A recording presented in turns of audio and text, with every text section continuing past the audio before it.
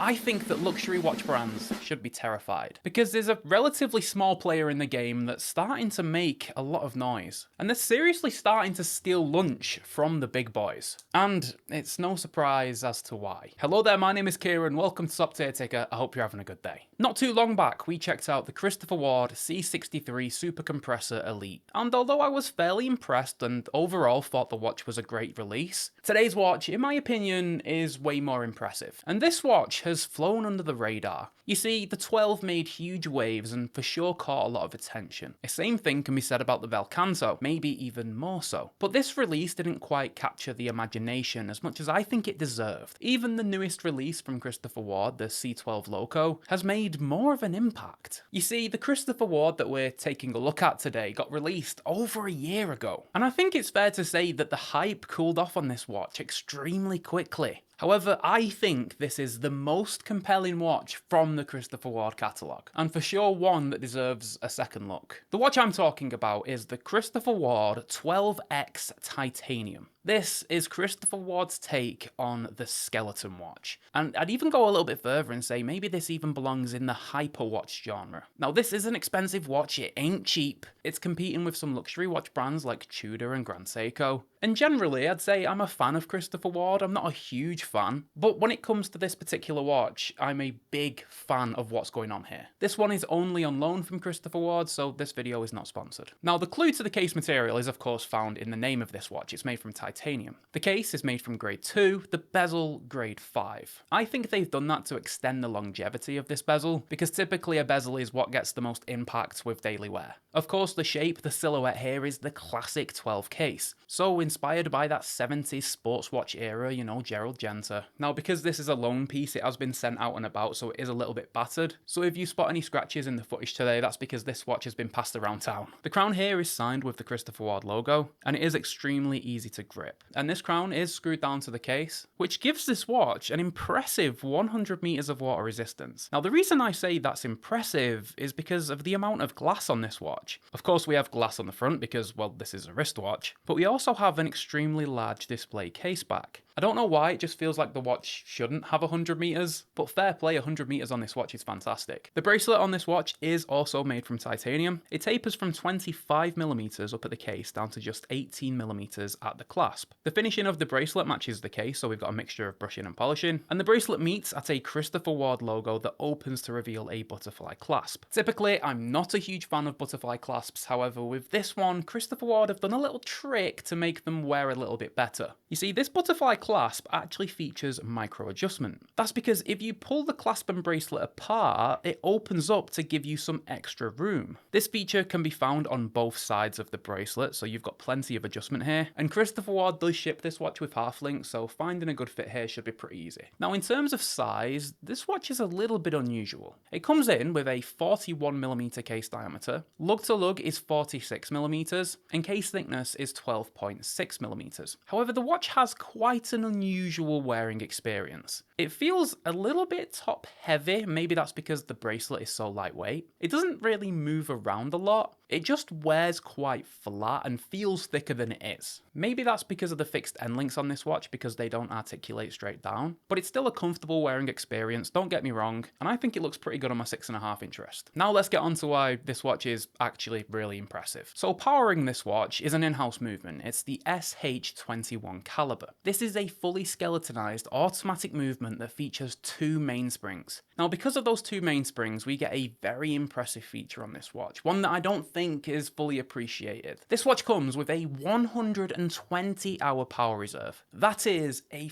5-day power reserve. Powermatic 80, eat your heart out. And unlike the Powermatic 80, they've not had to slow the beat rate down to achieve it. This watch beats at 28,800 vibrations per hour, so you get that nice smooth sweep, 8 ticks per second. And in terms of accuracy, you get that too. This watch is chronometer certified, so -4 to +6 seconds per day. Genuinely a really impressive movement on a technical level. But it's not just the spec of the movement that impresses me. The design and the finishing of this movement is perfect for a skeleton piece. And you can see things like the mainspring being winded, you can see the wheels turning, and of course you can see that beautiful balance ticking away. Skeleton movements can be done on an affordable budget too, we've checked some of them out on the channel, but when you get up close and personal with this movement, you can tell that this one's been done right. It's hard to survive my macro lens, it's very unforgiving, but this Christopher Ward does it with flying colours. Now, because this is a skeleton watch, of course, you do sacrifice some legibility, that's extremely normal, but I do still think Christopher Ward have done a good job at making those hands stand out against the skeleton dial. Also a great design with the minute track on the outer, and it's brilliant that they made that seconds hand and minute hand stretch right out to that track. Interestingly, no Christopher Ward branding on the dial. This is an extremely interesting choice, as you would think Christopher Ward would want to put their branding all over this watch, but they've let the mechanics speak for themselves. Now, of course, there is branding on this watch, but it's actually on the back. The rotor on this watch is also skeletonized, however, it is signed with Christopher Ward. And aside from the clasp and crown, this is the only Christopher Ward branding on this watch. And when it comes to lume, again, actually quite impressive. Lume and skeleton watches aren't two things that usually go together. But because they've sort of done that large track on the outer,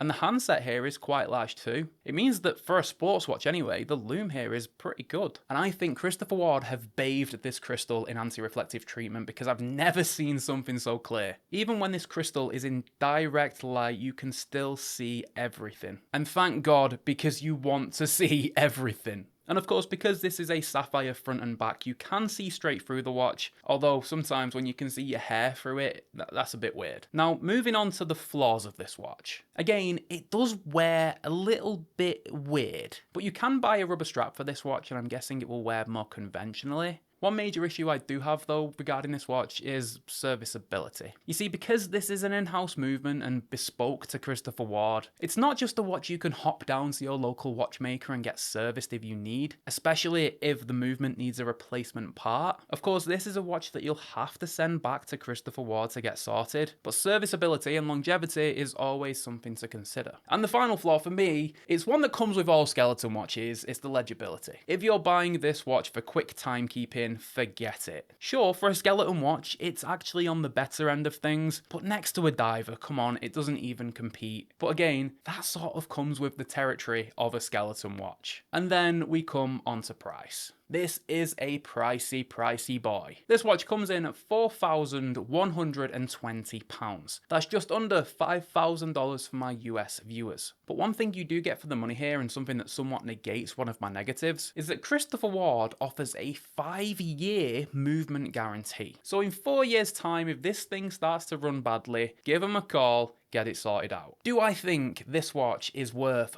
£4,120? Silly question. I don't think any watch is really worth over £4,000. All of this watch collecting stuff is madness. But if you do compare it with other luxury watches from Tudor, from Grand Seiko, I think as a package, what you're getting for the money here is way more impressive than pretty much what any of those brands are offering. Specifically because of this movement. Skeleton watches that have been executed this well aren't cheap, but I think if you appreciate the mechanics of a watch and you like to see them, this watch, for the money, is special. I'll of course leave the watch linked below if you want to go and check it out in a bit more detail. It's always great to get hands-on with something that is this bloody cool. Thanks for watching, guys. I'll catch you in the next one. Bye for now.